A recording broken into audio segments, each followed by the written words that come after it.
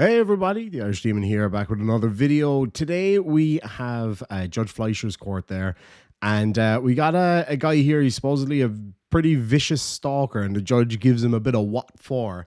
Now I've tried to do this type of commentary before, and I got a little bit of heat because people said I talk too much. So I'm trying to not talk too much in this one, and I really hope you enjoyed. If you prefer this style of video, just let me know because I'd be very interested to see what you guys think. So anyway, let's get started.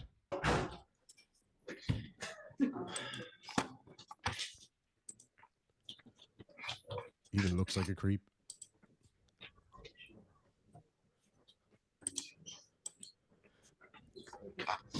Are they just big hoopy earrings or a Mr. Freddy, you're stretcher? charged with harassment. You're facing up to 6 months in jail and or a $2,000 fine. We're going to do probable cause. You have the right to remain silent. Anything you say can and will be used against you. You have the right to have an attorney present. If you cannot afford one, one will be appointed to you, sir. Okay, please. Shh. Okay. On or about September 19, 2024, an officer conducted a follow-up in regards to an assault on a family case. Upon further investigation, the officer made contact with the complaining witness, who reported that the defendant had been harassing her since September 18, 2024 by sending her videos, Oh, the noise in voicemails, the and text background. messages containing horrible remarks, approximately 50 to 60 messages in total. In the voicemails, the defendant curses at her, asking, "Where are you? Why the fuck aren't you at work?" and calling her various names. Additionally, the complainant showed the officer text messages of the defendant telling the complaining witness, "Kill yourself and I want to watch you suffocate, and your family hates you." The complaining witness indicated that the continual harassment is making her fear him even more. Complaining witness was able to give officers the defendant's identifying information and positively identify the defendant as a person who has been harassing her. I see that he has also picked up a felony assault against this complaining witness as well. Yes, sir. Okay. What happened in that one? And I'm assuming it's the same date as this one, so I'm assuming it's out of the same transaction. I'm not sure. So it says that I don't believe so. It says that on September 18th in Harris County, officers were dispatched to an assault. The complaining witness advised that the defendant came home upset about socks not being in the closet. The defendant punched the complaining witness with a closed fist on her foot twice. On her foot, twice on her right thigh, and twice on her left thigh, causing pain. The complaining witness advised that the defendant grabbed her by the arm and forcibly shoved her out of the house, throwing her on the porch. She advised that she felt pain, and she advised that this has been an ongoing issue for the past 2 years. The officers observed purple and green bruises on her arm, foot, and her legs. The bruises were green, purple, and red and of significant size. What a piece of shit, man. I mean, don't get me wrong, it's irritating when you don't have socks at home, but you're a grown ass man. Get your own socks.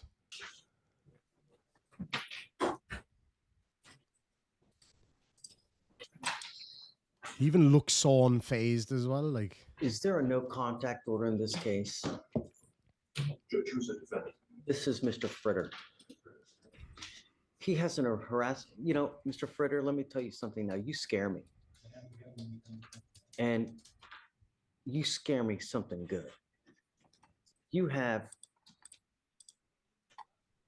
since 14, assault, trespass, deadly conduct, assault, DWI, forgery, and now a harassment and a felony assault. Judge, there has been a note filed, but there is no protective order in this case. Is there no contact in the felony case whatsoever? I'm checking the bond conditions. It's no threatening or harassing at this time. Would ask if that be a no contact in this court, Judge. I don't see that the rip has been. Are you Miss Lisco? Yes, sir. That's Miss Lisco, right? There. Come up, ma'am. Come up. ooh, this is gonna get you. I haven't seen this yet. This is the first time seeing it, so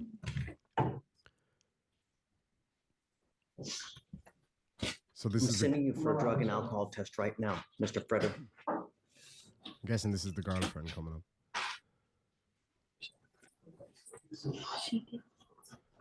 I mean, it's not even that he looks like he's on drugs. He looks like he is drugs. Like he is literally drugs. I want to protect you as much as I can. No one has to have this kind of treatment whatsoever for any reason. And I will do everything in my power to protect you. All I need you to do is tell me. All I need is please give me the word. Mr. Fritter, look at me. Ooh. You so much. One, I'm. Oh, he's pissed. Can you imagine what life is like when someone has to walk on eggshells because they have the fear that if they make someone mad in the smallest respect of having socks not in the damn drawer, they're liable to get a beating? Can you imagine what life is like to live with that kind of fear? You're going to live it with me now. Because one false move, I'm going to make your bond so high your head will spontaneously combust. But no one, and I mean no one, should have to live with that kind of fear. I'm sending you now for a drug and alcohol test because I want to know what, if anything, is in your system. And I don't know if I'm going to allow you to have contact with Miss Lisk. But if I find that you treat anyone Oops, sorry. or put anyone in fear or put anyone in harm's way, so help me, I will grow horn and tails because I will be so upset. And it will be on you. Do you understand? Yes. Abel, Yes, sir. I'm going to keep Mr. Freder so close to me that it's just ridiculous. Yes, sir. I'm entering what's called a master's order for emergency protection. This is a court order that identifies her as a protected individual. You're not to have any kind of communication whatsoever. You're not supposed to have any, you will not have any threatening or harassing contact. What is threatening or harassing doesn't matter what you think is threatening or harassing. It's what she perceives. So if I go like this, is that threatening or harassing? It most certainly is. And it's enough for me to put you in jail and make your bond $150,000, maybe 50, maybe 20. But I will do, Mr. Freder, I will do everything in my power to protect every single person of this county. And I don't care if you're kicking, screaming, crying because you go to jail and don't have anyone to bond you out. Question. Your husband and wife of 10 years is kind of difficult situation that we live together. I want to protect you, ma'am. And you know, the problem is that now that he's picked up these two cases, times will be just even more stressful. We have these protective orders. They're basically like cooling off motions so that, you know, you can separate, enough time will pass, people can kind of cool down, you know, so they're not under the stress of the excitement and then unleash on you. The last thing I want is for you to suffer any kind of harm whatsoever, you know, and I that's all I want. You know, all I'm asking is how things should be normal. Like I'm not asking him for him to do Pythagorean's theorem here. So I don't know. you know, what I'd like is if you please just talk to our DAs here. But I'd like you to have their phone number at the minimum so that should anything ever whatsoever, all you have to do is let us know. And then I have been in contact with the DA, so should it not be assault? I'm here for you. And I want to make sure that you're okay, you know? I've given him a lawyer. He knows what's expected of him. And I'm going to drug test him like crazy to make sure that he's not using alcohol or dope. In fact, I mean, I'm going to What's test he him 2 times smiling a at? week. I mean, I'm setting him now because I want to know what, if anything, is in his system. And then we'll go from there. Judge, he will come back positive, but that's prior use from. for What? What were you going to test positive for, Mr. Freder? Marijuana Okay. and ketamine and probably some other stuff that could have been in the ketamine. But I mean, straight up, that's probably it. Mr. Freder, Probably. Yeah. I'm going to test you. These are your bond conditions that are going to apply to you now. And if you fail to live up to these bond conditions, I'm just going to let you know. That's it. You will appear to me here 2 times a week to take drug tests. And if I find anything is in your system, and I don't care what it is, I'm going to lock you up. You're ordered not to use any kind of dope or alcohol. And if you can't get this monkey off your back, because I am now giving you the opportunity to do it on your own. If you're incapable of doing it on your own, then I'm going to do it for you. Do you understand? No dope, no alcohol. And when I mean no alcohol, I mean no alcohol from any source. No isopropyl alcohol, cakes, candies, foods, gums, energy drinks, tequila lollipops, hair dye. I've heard it all, and I don't care. You come to me test positive, you'll stay with me. I also want you 3 times a week to do anger management classes so that we can deal with the anger issues. Look at me.